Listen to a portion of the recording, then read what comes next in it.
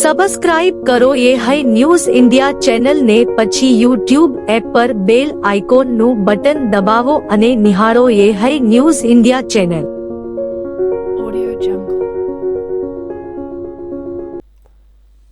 વાવ થરાદ જિલ્લાના ગણેશપુરા ગામમાં થયેલા હત્યાના સનસનીખેજ કેસનો થરાદ પોલીસે ગણતરીના કલાકોમાં ભેદ ઉકેલી 3 આરોપીઓની ધરપકડ કરી છે.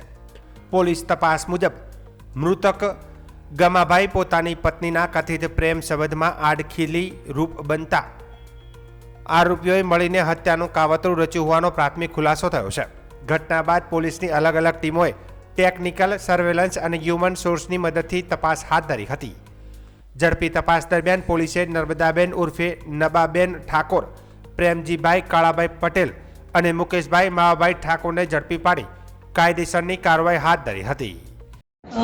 ગત તારીખ 8/7/26ના રોજ બનેલ બનાવની વિગત આ મુજબ છે કે ગેમાભાઈ વાઘાજી ઠાકોર કે જેઓ કાના ભાવા પટેલને ત્યાં ભાગ્યા તરીકે છેલ્લા 4 વર્ષથી પરિવાર સાથે રહેતા હતા અને તેમને ત્યાં ખેતર ખેડવા સારું પ્રેમજી કાળા પટેલ સાંજે 7 વાગ્યાની સુમારે આવે છે અને ગેમાભાઈ ખેતર ખેડવા માટે જતા રહે છે અને તે દરમિયાન પ્રેમજી કાળા પટેલ અને નર્મદાબેન ઉર્ફે નબાબેન ગેમાભાઈ ઠાકોર બંને ત્યાં વાતચીત કરતા હોય છે. તે દરમિયાન મુકેશ માવજી કોડી ઠાકોર તે પણ ત્યાં આવે છે અને મોડી રાત્રે ગેમાભાઈ પરત ફરતા આ બંનેને ત્યાં જોઈ અને એકદમ ઉશ્કેરાઈ જાય છે અને તેમની સાથે ઝઘડો થાય છે. તે દરમિયાન નર્મદાબેન ઉર્ફે નબાબેને પડેલ પાટિયું તેમના માથા ઉપર મારે છે અને જેના કારણે તેઓ જમીન પર પડે છે અને સાથે રહેલ બંને શખ્સો તેમને ખાટલા ઉપર લઈ અને એક રસ્સી તેમના ગળામાં બાંધી દે છે અને બંને સામસામે ખેંચી અને એમને ગળા ટૂંકો આપે છે અને તે મરણ જાય છે.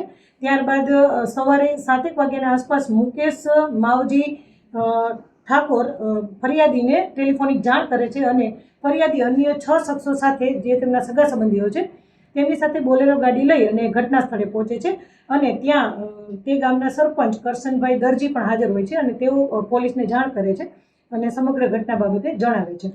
અને ત્યારબાદ જે ફરિયાદી છે તેમના ભાઈ એટલે કે ગેમાભાઈની દીકરીઓ આ સમગ્ર ઘટના બાબતે તેમને જણાવે છે અને ત્યારબાદ પોલીસ ત્યાં પહોંચે છે અને ગણતરીની જ કલાકોમાં આ લોકોને રાઉન્ડ અપ કરી અને કાયદેસરનો ગુનો નોંધી અને કાયદેસરની કાર્યવાહી હાથ ધરવામાં. હત્યા પાછળનું કારણ પ્રેમજી કાળા પટેલ અને નર્મદાબેન ઉર્ફે નબાબેન ગેમાભાઈ ઠાકોર એમની વચ્ચેનો પ્રેમ સંબંધ હાલ જાણવા મળેલ છે. કુલ 3 આરોપીઓ છે જેમાં ગેમાભાઈના પત્ની નર્મદાબેન ઉર્ફે નબાબેન ગેમાભાઈ ઠાકોર, પ્રેમજી કાળા પટેલ અને મુકેશ માવજી કોડી ઠાકોર. મુખ્ય આરોપી હાલ 3 મળી અને કાવતરું રચેલ હતું. જે જણાવ્યા મુજબ તેઓએ પહેલેથી જ આ કાવતરું રચેલ હતું અને નર્મદાબેને તેમને પકડી રાખેલ અને અન્ય બંને શખ્સોએ તેમને ગળે રસ્સી બાંધી અને ગળા ટૂંકો આપેલ છે. વાવ થરાદ જિલ્લાના સોઈગામ તાલુકાના ગરામડી ગામમાં ઉનાળા બાદ ચોમાસાની ઋતુમાં પણ પીવાના પાણીની ગંભીર સમસ્યા યથાવત છે. છેલ્લા 3 મહિનાથી નિયમિત પાણી પુરવઠો ન મળતા ગ્રામજનોને ₹1000 ખર્ચીને ટેન્કર મંગાવવાની ફરજ પડી રહી છે.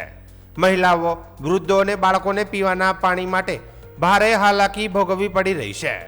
ગ્રામજનોના જણાવ્યા મુજબ અનેક રજૂઆતો છતાં સમસ્યાનો ઉકેલ આવ્યો નથી. પાણીની અછતની અસર વિદ્યાર્થીઓ પર પણ પડી રહી છે. ગામમાં મળતું પાણી પણ ખારું અને મોડું હોવાનું ગ્રામજનો જણાવી રહ્યા છે. ગ્રામજનોએ ગામમાં નિયમિત અને શુદ્ધ પીવાનું પાણી ઉપલબ્ધ કરાવવા તેમજ તાત્કાલિક ટેન્કરની વ્યવસ્થા કરવાની માંગ કરી છે.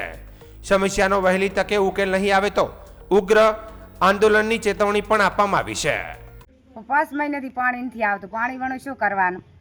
સાટો પાણી જ નથી. નાવું શેણે, પીવું શું, ઢોરણ શા પાવા, પાણીની જ રાડ થેરુજી. ટંકર લાવવા તો ટંકરે પૂરું ના પડે. 1000 રૂપિયા આલીને લાવવા તો ટંકરે શું પૂરું પડે? હાલ ક્યાંથી તમે પાણી લાવો છો? હાલ તો પાણી શું એમને આડાવણા લાવે, કોઈ ચાંયથી કોઈ ચાંયથી. હા, ડંકીયામાંથી કોઈ ચાંયથી, કોઈ ક્ષેત્રમાંથી. પાણી વગર કરવાનું શું? હા, 4 ટંકર લાવવા. પાણી નથી આવતું અમારે 4-5 મહિનાથી સાહેબ. પાણી ઉપડતો નથી, ઠીકે રહેતો નથી ને હવે એમ કેમ પાણી પીએ. તો હાલ તમે એમ કહીને મને પાણી લાવી આલો તો તમારો સારો થાય. પાણી સાહેબ અમારે નથી આવતું 4 મહિના છે અને ટંકાના 2000 4 લાવો કહો કેટલા સમયથી પાણી નથી, કેટલા મહિનાથી આવતું નથી? 4 મહિના થઈ ગયા, 4 મહિના ઉપર પણ ઓછું નહીં. તો હાલ તમે પાણી પીવાનું ક્યાંથી લાવો? આ વાડે આવડેથી, કોઈ વાડેથી ને કોઈ ક્યાંયથી. પાણી આવતું જ નથી ગતું એ. કોઈ ક્ષેત્રમાંથી લાવવા, કોઈ ટંકર લવરાવા, 1000 રૂપિયા આલીને. કેટલા મહિનાથી પાણીની તકલીફ છે તમારે? પાણી 5-6 મહિનાથી ગતું આવતું જ નથી કોને. તો હાલ તમે પાણી ક્યાંથી પીવાનું લાવો છો? પાણી કોઈ ક્ષેત્રમાં ડંકિયાનું લાવવા, કોઈ ટંકર મંગાવવા, એટલે 1000 રૂપિયા આલા. આડાવણું લાવવા હતા. બોલો. અમે રાવળ છો અને મારું નામ ગોમતીબેન. પાણી મારે આવતું નથી, પાણીની બહુ ત્રાસ છે. 1 મહિનાથી પાણી નહીં આવતું. હાલ તમે પાણી ક્યાંથી લાવો છો? હાલ અમે ઉપાડીને લાવવા વાહમાંથી. ગામ પંચાયતની અમારા લાઈન નથી. અમારે 5-6 મહિનાથી તો હાલ તમે પાણી ક્યાંથી લાવો પીવાનું? આડા વળેથી કેટલા મહિનાથી પાણી નથી આવતું? 4-5 મહિનાથી. જૂનાગઢ જિલ્લાના મજેવડી ગામ નજીક 4 ટ્રેક રોડ પર આજે ગમખ્વાર માર્ગ અકસ્માત સર્જાયો હતો. સોમનાથ ખાતે અસ્થિ વિસર્જન માટે જઈ રહેલા બનાસકાંઠાના પરિવારની અર્ટિગા કાર રસ્તા પર બંધ ઊભેલી ટ્રક પાછળ ધડાકાભેર ઘૂસી જતા કારમાં સવાર 4 લોકોના ઘટનાસ્થળે મોત થયા હતા, જ્યારે 4 લોકો ગંભીર રીતે ઈજાગ્રસ્ત થયા છે. ઈજાગ્રસ્તોમાં 2ની હાલત નાજુક હોવાનું પણ જાણવા મળ્યું છે. અકસ્માતમાં એક માસૂમ બાળકનો ચમત્કારિક બચાવ થયો છે. ઘટનાની જાણ થતાં પોલીસ અને 108ની ટીમ તાત્કાલિક સ્થળ પર પહોંચી હતી. ઈજાગ્રસ્તોને સારવાર માટે જૂનાગઢ સિવિલ હોસ્પિટલ ખસેડવામાં આવ્યા છે અને પોલીસે મૃતદેહોને પોસ્ટમોર્ટમ માટે મોકલી અકસ્માતનો ગુનો નોંધી વધુ તપાસ શરૂ કરી છે. 1-2 જણાએ કીધું કે આગળ એક્સિડન્ટ થયું છે, એટલે અમે અહીંયા તાત્કાલિક આવ્યા તો અહીંયા જોયું તો બધા ગાડીઓમાં હતા. એટલે ગાડી ડ્રાઈવર છે ને પોતે અહીંયા ગાડી 2 મિનિટ માટે રાખી. અહીંયા આગળ થાંભલાનું ટ્રેક્ટરનું કામ ચાલુ હતું, ગાડી અંદર જઈ શકે એવી પોઝિશન હતી નહીં, એટલા માટે થઈને રોડની આ સાઈડ ગાડી વ્હાઇટ પટ્ટીની અંદર રાખી હતી અને સામેથી અર્ટિગા કાર આવી અને ગાડી અચાનક એક્સિડન્ટ થઈ ગયું. 5 જણા એક્સપાયર થયા, એક નાની બેબી અને 4 મોટા. બધા મદદ માટે અમે તરત બધા દોડીને આવી ગયા છીએ. રાજ્યમાં ચાંદીપુરા વાયરસ મામલે આરોગ્ય મંત્રી પ્રફુલ્લ પાનસેરિયાનું નિવેદન સામે આવ્યું છે, જેમાં તેમણે જણાવ્યું હતું કે અત્યાર સુધીમાં 17 શંકાસ્પદ બાળકોના સેમ્પલ લેવામાં આવ્યા છે, જે પૈકી 10 બાળકોના રિપોર્ટ નેગેટિવ આવ્યો છે. ચાંદીપુરા વાયરસથી 3 બાળકોના મોતની પુષ્ટિ થઈ છે, ત્યારે હાલ અસરગ્રસ્ત ગામોમાં આરોગ્ય વિભાગની વિશેષ ટીમો તૈનાત છે. અસરગ્રસ્ત 61 ગામોમાં સર્વેલન્સ અને દવાનો છંટકાવ કરવામાં આવી રહ્યો છે. આરોગ્ય વિભાગ દ્વારા વાયરસના વાહક સેન્ડ ફ્લાયના નિયંત્રણ માટે પણ કામગીરી ચાલી રહી છે. અત્યારે એક પેશન્ટ જે વિસનગરનું છે એમને ત્યાં વડનગરના હોસ્પિટલમાં દાખલ કર્યું છે, જે સ્ટેબલ છે. 6 બાળકોને જ્યાં આ ચાંદીપુરાના વાયરસનો પોઝિટિવ આવ્યા છે, એ ગામો, એ સ્થળ, એ ઘર, બધી જગ્યા પર દવાનો છંટકાવ કરીને એમને સુરક્ષિત કરવા માટેનો આરોગ્યની ટીમ ત્યાં કામગીરી કરી રહી છે. 18 વર્ષના નીચેના બાળકોને આ ખૂબ ગંભીર રીતે અસર થતી હોય, આ માખીઓ પણ મળી છે અને એને નાશ કરવાનું આરોગ્યની ટીમ સંપૂર્ણપણે કામગીરી કરી રહી છે. બનાસકાંઠા જિલ્લાના તેનીવાડા પાલનપુર સિદ્ધપુર હાઈવે ખાતે મુખ્યમંત્રી ભૂપેન્દ્ર પટેલે મેડીવંતા હેલ્થ કેર કેમ્પસનું ભૂમિપૂજન કર્યું હતું. જીવન વિદ્યા ચેરિટેબલ ટ્રસ્ટ દ્વારા આયોજિત આ કેમ્પસ આશરે 450 કરોડના ખર્ચે નિર્માણ પામશે. આ પ્રસ્તાવિત ઇન્ટિગ્રેટેડ મેડિકલ કેમ્પસમાં multi speciality hospital, medical college અને રિસર્ચ સેન્ટરનો સમાવેશ થશે. આ પ્રોજેક્ટ ઉત્તર ગુજરાત સહિત આસપાસના જિલ્લાઓને પાડોશી રાજ્યોના લોકોને ગુણવત્તાસભર આરોગ્ય સેવાઓ પૂરી પાડશે. મુખ્યમંત્રી ભૂપેન્દ્ર પટેલે જણાવ્યું હતું કે વડાપ્રધાન નરેન્દ્ર મોદીના નેતૃત્વમાં દેશ વિકસિત ભારતના સંકલ્પ તરફ આગળ વધી રહ્યો છે. વિકાસની સાથે વિરાસતના અભિગમથી રાષ્ટ્ર નિર્માણને નવી દિશા મળી છે. તેમણે દેશના છેવાડાના માનવી સુધી વીજળી, પીવાનું પાણી, માર્ગો અને આધુનિક ઇન્ફ્રાસ્ટ્રક્ચરની સુવિધા પહોંચાડી વિકાસને સર્વસમાવેશક બનાવ્યો છે. આરોગ્ય ક્ષેત્રે પણ ડોક્ટરોની સંખ્યા વધારવા માટે મેડિકલ શિક્ષણનો વ્યાપ વધારવામાં આવ્યો છે. અગાઉ દર વર્ષે આશરે 1175 ડોક્ટરો તૈયાર થતા હતા, જ્યારે આજે લગભગ 7,000 નવા ડોક્ટરો તૈયાર થઈ રહ્યા છે. મુખ્યમંત્રીએ પહેલું સુખ તે જાતે નર્યા કહેવતને ટાંકીને આવા આરોગ્ય પ્રકલ્પોને માનવ સેવાનું ઉત્તમ કેન્દ્ર ગણાવ્યા હતા. તેમણે પાણી બચાવ અને પ્રાકૃતિક ખેતીના અભિયાનને પણ પ્રાથમિકતા આપવાની વાત કરી. આયુષ્માન ભારત યોજના હેઠળ લાખો પરિવારોને રૂપિયા 10 લાખ સુધીનું આરોગ્ય સુરક્ષા કવચ મળ્યું છે. વડાપ્રધાનના સૌનો સાથ, સૌનો વિકાસ અને સૌનો પ્રયાસના મંત્રને આગળ વધારતી આ પહેલ વિકસિત ગુજરાતના લક્ષ્ય સાથે વિકસિત ભારત 2047ના સંકલ્પને સાકાર કરવામાં મદદરૂપ થશે.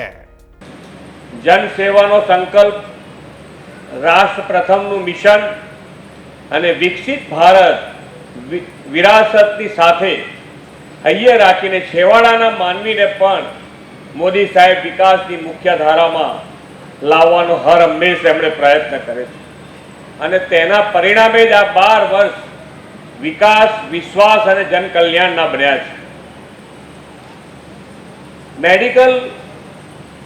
મેડિકલ સુવિધાઓ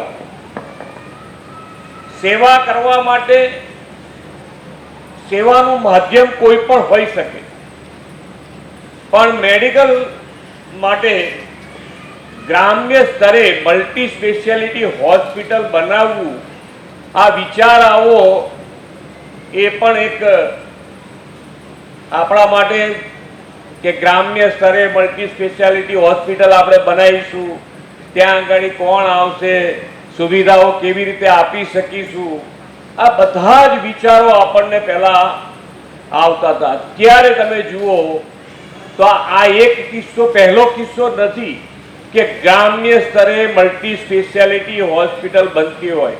આના પહેલા પણ હું 3 જગ્યાએ આવી મલ્ટી સ્પેશિયાલિટી હોસ્પિટલનું લોકાર્પણ કરાવીને આવ્યો છું. એટલે આ વિચાર ક્યારે આવી શકે? એ માન્ય વડાપ્રધાન શ્રીએ જે વિકાસની રાજનીતિ અને વિકાસની રાજનીતિના કારણે છેવાડાના માનવી સુધી, જન સુધી જે મુખ્ય આધાર છે, જેના ઉપર વીજળી, પાણી, લાઇટ અને સાથે સાથે ઇન્ફ્રાસ્ટ્રક્ચર, તો આ બધી જ વસ્તુ ગ્રામ્ય સ્તર સુધી પહેલા પહોંચાડી છે. અને એટલે આજે તમને કોઈને પણ એવો વિચાર આવી શકે કે આપણે કોઈ પણ વસ્તુ, કોઈ પણ સેવાની વસ્તુ કરવી છે તો ગ્રામ્ય સ્તરે પણ કરી શકાય. મેડિકલની સુવિધા માટે પહેલા જ્યારે માનનીય વડાપ્રધાન શ્રી અહીંયા મુખ્યમંત્રી હતા, તમે સેવા ગમે તેટલી કરવા માંગો પણ ડોક્ટરોનું આયોજન શું, ડોક્ટરો કેવી રીતે આપવા, ક્યાંથી આપવા? તો પહેલા અહીંયા આગળ 1175 ડોક્ટરો દર વર્ષે થતા અને 1175 ડોક્ટરોની સાથે આખા ગુજરાતમાં તમે ખૂણે ખૂણે ગમે તેટલા મેડિકલ હેલ્થ સેન્ટરો ખોલો પણ ડોક્ટરોની વ્યવસ્થા જ ના થઈ શકે. તો એમણે માનનીય વડાપ્રધાન શ્રીએ આની પેરેલલ વિકાસની સાથે સાથે મેડિકલ સ્ટુડન્ટની સંખ્યા પણ વધે એના માટેનું પણ આયોજન કર્યું છે. આજે રાજ્ય સરકારના બેક ટુ સ્કૂલ મિશન અંતર્ગત મુખ્યમંત્રી ભૂપેન્દ્ર પટેલે બનાસકાંઠા જિલ્લાના તેનીવાડા ખાતે પુનઃ પ્રવેશ પામેલા વિદ્યાર્થીઓ, તેમના વાલીઓ અને મેન્ટર્સ સાથે સંવાદ કરી શિક્ષણનું મહત્વ સમજાવ્યું હતું. મુખ્યમંત્રીએ શાળા છોડવાના કારણો અને પુનઃ પ્રવેશ બાદના અનુભવો અંગે વિદ્યાર્થીઓ સાથે ચર્ચા કરી હતી. તેમણે બાળકોને નિયમિત શાળાએ જવા, અભ્યાસ કરવા અને જીવનમાં ઉચ્ચ લક્ષ્યાંકો નક્કી કરવા પ્રેરિત કર્યા હતા. દીકરીઓના શિક્ષણ પર વિશેષ ભાર મૂકતા તેમણે વાલીઓને બાળકોને સતત શિક્ષણ અપાવવાની અપીલ કરી હતી. બનાસકાંઠા જિલ્લા કલેક્ટરના માર્ગદર્શન હેઠળ કરાયેલા સર્વેમાં 37,415 ડ્રોપ આઉટ વિદ્યાર્થીઓની ઓળખ કરવામાં આવી હતી, જેમાંથી 29,451 વિદ્યાર્થીઓનું સફળતાપૂર્વક પુનઃ પ્રવેશ કરાવવામાં આવ્યો હતો. તેમાં 14,875 કુમારો અને 14,576 કન્યાઓનો સમાવેશ થયો હતો.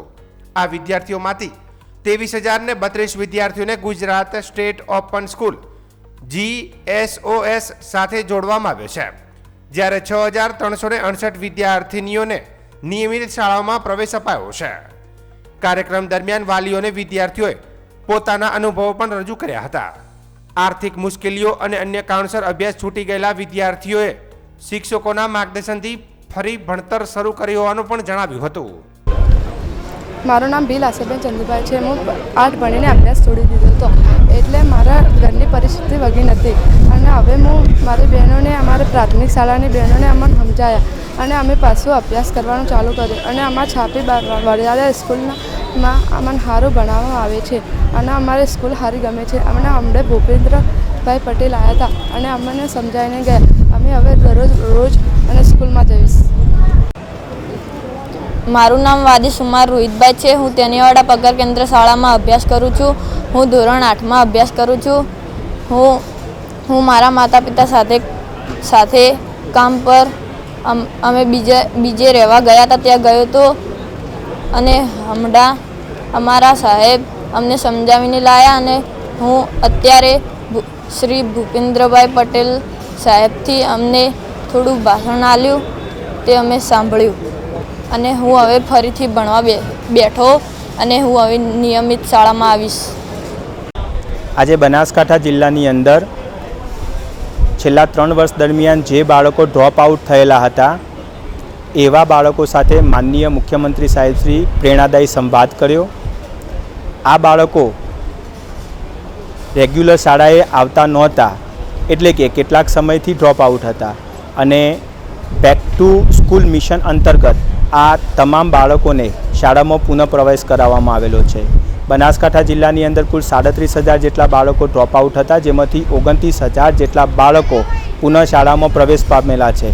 તમામ બાળકોને માનનીય CM સાહેબે સંવાદ કર્યો, બાળકોને માર્ગદર્શન આપ્યું, પ્રેરણા આપી અને બાળકો સ્કૂલમાં જળવાઈ રહે એ માટે એમની સમજૂતી આપી. માનનીય CM સાહેબનો આ તબક્કે ખૂબ આભાર માનું છું. એક મૃદુ શબ્દથી વાલી તરીકે સાહેબે જે સંવાદ કર્યો એ અમારા માટે ખરેખર પ્રેરણાદાયી છે. વાવથરા જિલ્લાના બાબર પોલીસ સ્ટેશન વિસ્તારમાં નોંધાયેલા હત્યાના ગંભીર ગુનામાં આરોપીને ગણતરીના કલાકોમાં જ ઝડપી પાડી બાબર પોલીસે ઝડપી કાર્યવાહી હાથ ધરી છે. પોલીસના જણાવ્યા મુજબ 10 જુલાઈ 2026ના રોજ અસાણા ગામે એક વૃદ્ધને લાકડી વડે માર મારી હત્યા કરવામાં આવી હતી. તે દરમિયાન બચાવવા વચ્ચે પડેલી મહિલાને પણ આરોપીઓએ માર મારતા તેને હાથ અને પગમાં ફ્રેક્ચર સહિત ગંભીર ઈજા પહોંચી હતી. આ અંગે બાબર પોલીસ સ્ટેશનમાં ભારતીય ન્યાય સંહિતાની વિવિધ કલમો હેઠળ ગુનો નોંધવામાં આવ્યો હતો. વાવથરા જિલ્લા પોલીસ અધિક્ષક ચિંતન તેરિયાના માર્ગદર્શન હેઠળ તથા દિયોદર વિભાગ નાયબ પોલીસ અધિક્ષક SR ભારાઈના માર્ગદર્શન અને પોલીસ ઇન્સ્પેક્ટર HL જોશીના નેતૃત્વમાં બાબર પોલીસની અલગ અલગ ટીમો રચી હ્યુમન સોર્સ અને ટેકનિકલ સર્વેલન્સના આધારે તપાસ હાથ ધરવામાં આવી હતી. તપાસ દરમિયાન પોલીસે આરોપી પ્રતાપજી બાબાજી અસાણિયા ઠાકોર રહે અસાણા તાલુકો બાબર જિલ્લો વાવથરાને ઝડપી પાડી તેની સામે કાયદેસરની કાર્યવાહી હાથ ધરી હતી.